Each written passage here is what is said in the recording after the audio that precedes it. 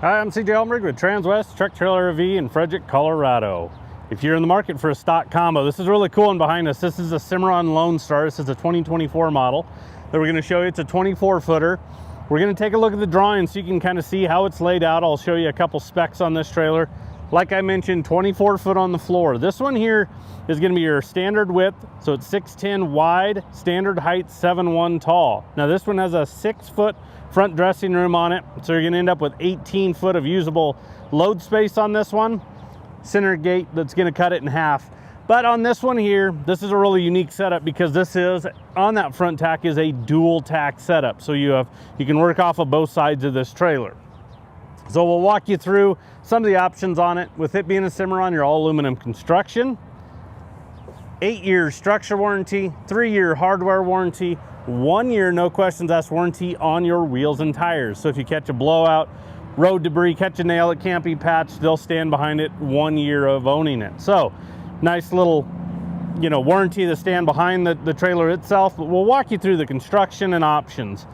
One of the very first things is going to be this coupler that we're going to show you. This is rated for 25,000 pounds. This is a B&W coupler. A few years ago, Cimarron and B&W kind of teamed up, and it was just kind of by chance. They ended up going up to the factory to look at some of their robotic welders. At the time, the coupler that Cimarron was using, that manufacturer was bought out by somebody else. They had a hard time getting some of the couplers. So they teamed up with B&W to design one. This is about the 3rd generation of this. This one's really cool because, again, we've tweaked it and set it up. Now granted, this is a 24-foot combo, not a big trailer, but they want to keep everything uniform on their trailers. So with that being said, this one here is a lower profile handle, so we have one more hole drilled in. The 2nd generation and 1st each had a taller handle that we couldn't have this hole here. So when we got into our bigger trailers, our big trainer trailers, big stock trailers, living quarters, guys that are hauling with like 450s, 550s, haulers, semis, we have to go with a different coupler to get it up into this sleeve high enough to make sure the trailer's running level. So this is about the 3rd generation. This one's a really cool setup. We're really excited about this. It's been a good seller for us. We actually have had quite a few people come in after the fact and buy this actual coupler to replace some of the other ones that they've had in the past. But it's nice, US made coupler right there by B&W. They're very reputable within the industry. Now let's take a look underneath the nose. This one here comes with a standard manual crank, single leg jack. If you decide that you want to swap this out and you want to go with an electric over hydraulic setup where you can just push a button and up and down it goes, our parts and service department can help you with that after the fact. We've done a couple things to help that. We'll remove this. We need the bracing for an aluminum battery box here that's going to power it. Well, guess what? Our bracing's already there. So we've already accounted for that. So it's real simple to just mount that aluminum box and then swap this out. The other thing is the spare. You're going to notice that it's elevated. Normally this foot's down low and the tire sits on it. But because of the footprint of that electric over hydraulic jack, with it being a little bit larger, this has to be relocated. So we just decided, hey, on ours that are this standard width, relocate them already. That way, if you ever have to or want to swap it out, you can. We don't have to spend extra time and money moving this spare. It's already taken care of for you. Okay, now on the nose, we're going to talk about the nose on a couple different things. First and foremost is the length. On a Cimarron, it's 8'2" long. What's really cool is you get some additional storage up in the neck compared to a lot of competitors will run a 7'6", maybe 7'8" long nose. The other cool thing is if you're running like a long box truck and you drop your tailgate, a lot of other manufacturers, you have to watch that tailgate on where it's at with the spare. Sometimes it can butt right up against it. With this being a longer nose, you can actually walk through this area with your tailgate down on a long box. So again, that added length really helps there. One of the other things is bed clearance. If you have bought a new truck, Ford, Dodge over the last couple years, here recently GM changed their body style. It's about 2.5 inches higher their bed is. So one of the challenges has been getting trailers to run level because we need equal weight distribution on those 2 axles and bed clearance. We don't want to tear up a bed. So over the years, it's been a 50-inch gooseneck drop. That has created some challenges, especially if you have larger wheels, tires, those type of instances. You know, getting that bed clearance we want. We can get bed clearance, but it tips it back on the back axle. That's not what we want. Again, we want it running level and plenty of bed clearance. So this is 53 inches.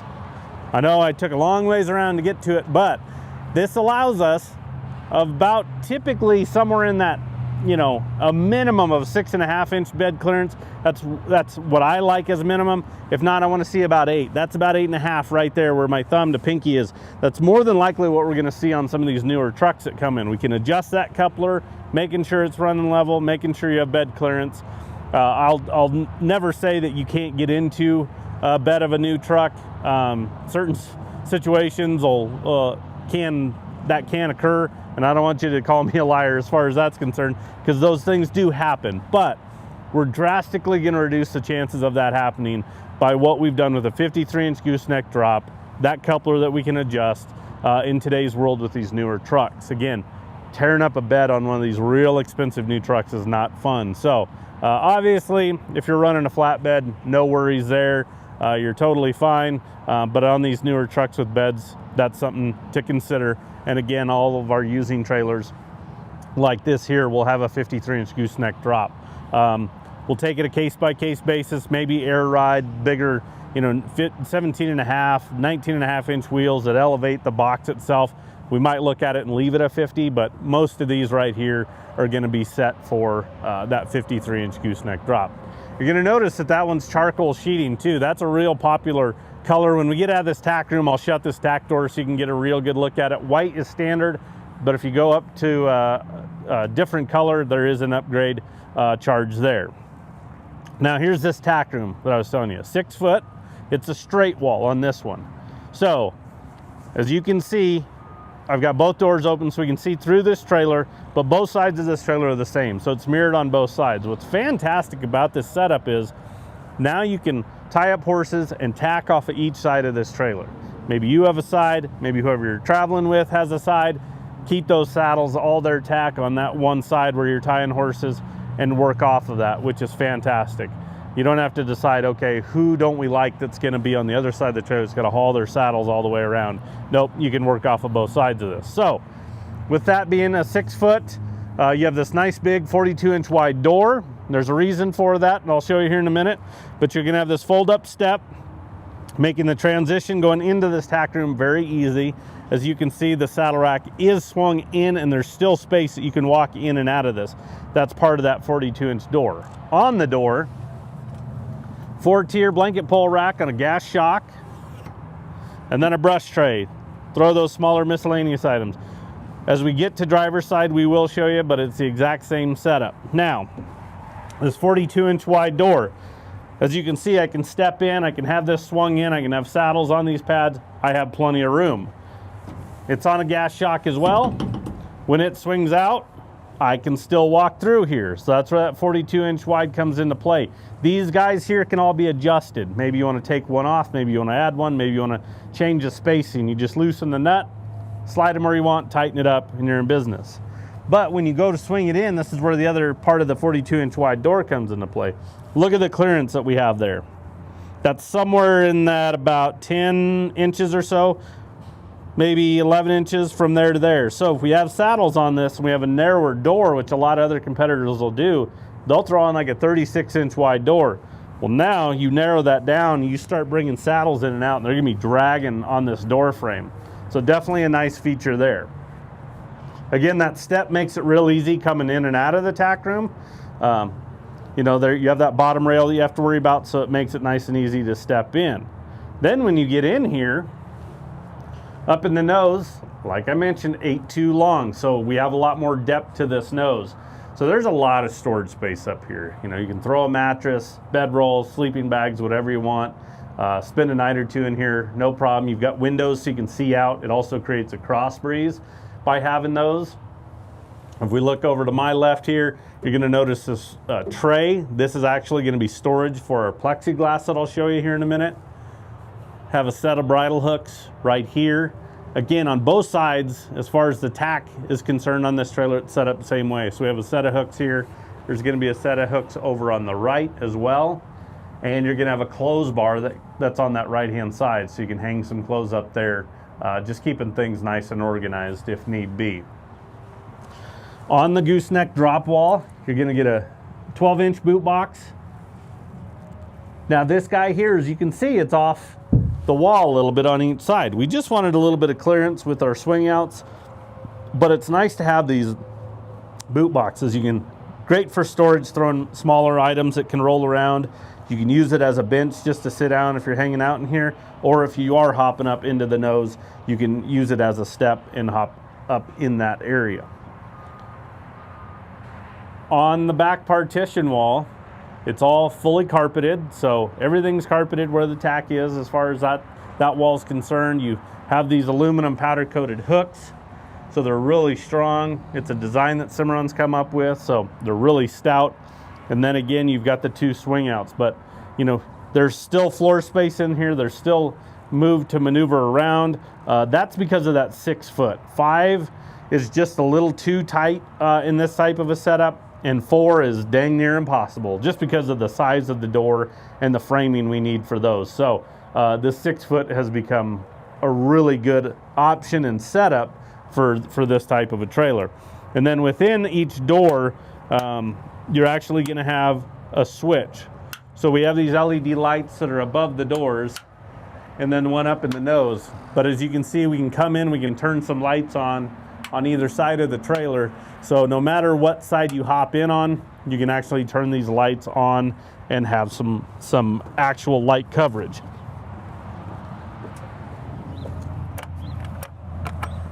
So again, this is the charcoal metallic. In like these cloudy days here, it's gonna appear a little bit darker, kind of giving more of a black kind of look to it. But then as you get it in the sun, it's gonna have that kind of real charcoal look to it on those real clear sunny days. This has become a really popular color. I really like it because compared to the black, it's not gonna show that dirt quite as much. Silver metallic's another popular one. White is very popular still out there on the market. And again, that's standard. All right, as we work back, right behind there, you're gonna have an escape door. So you can hop into the stall area from right here.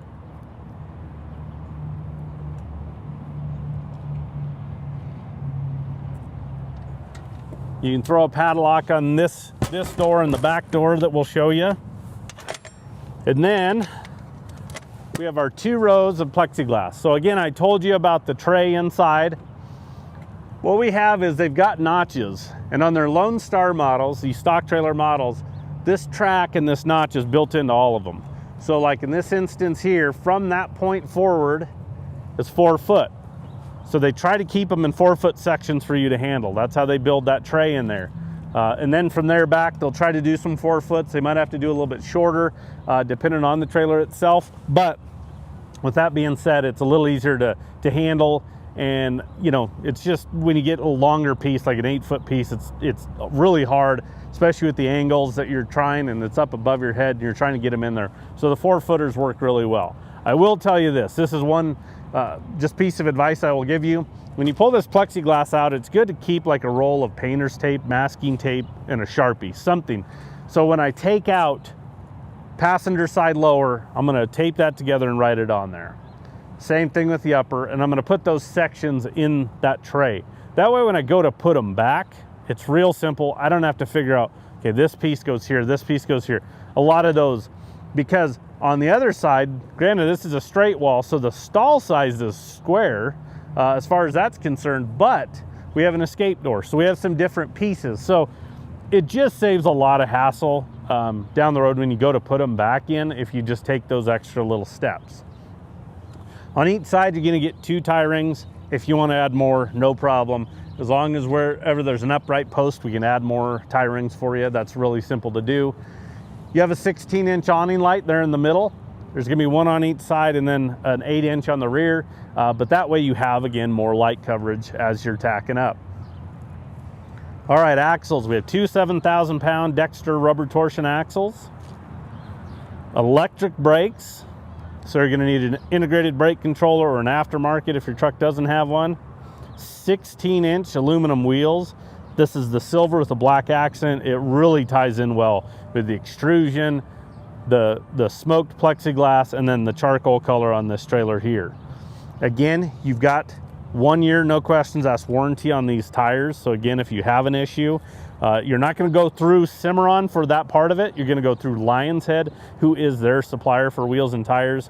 Our other manufacturer, Logan, has started working with them as well. They've been really good to work with and really stand behind their products. Okay, our rear gate back here with the slider on it.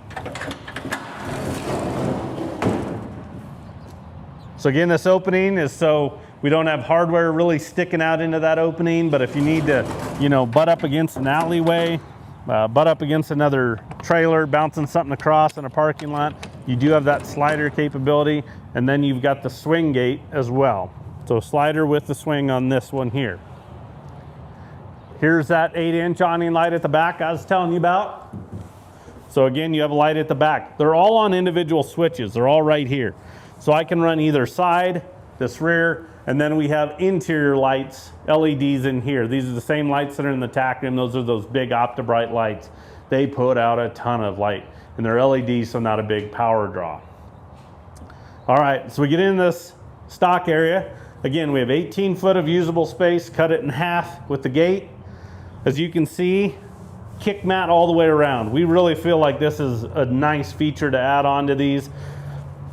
There for a while, we were just doing it on tail side and the front partition wall, and we just felt like a lot of customers wanted the kick mat all the way around, so that's how we started building them. So again, you've got that kick mat. You're gonna have a tie rail in between our two air gaps. So for like this instance, we have plexiglass in, I can't throw my lead rope around this post. You've got the tie rail itself that goes the full length in between those two. There's one on each side of this trailer. So if you need to, you know, tie somebody up on the other side, or, you know, even if you had something else in here, you need to strap down, go across the trailer, you've got that capability there. Center cut gate.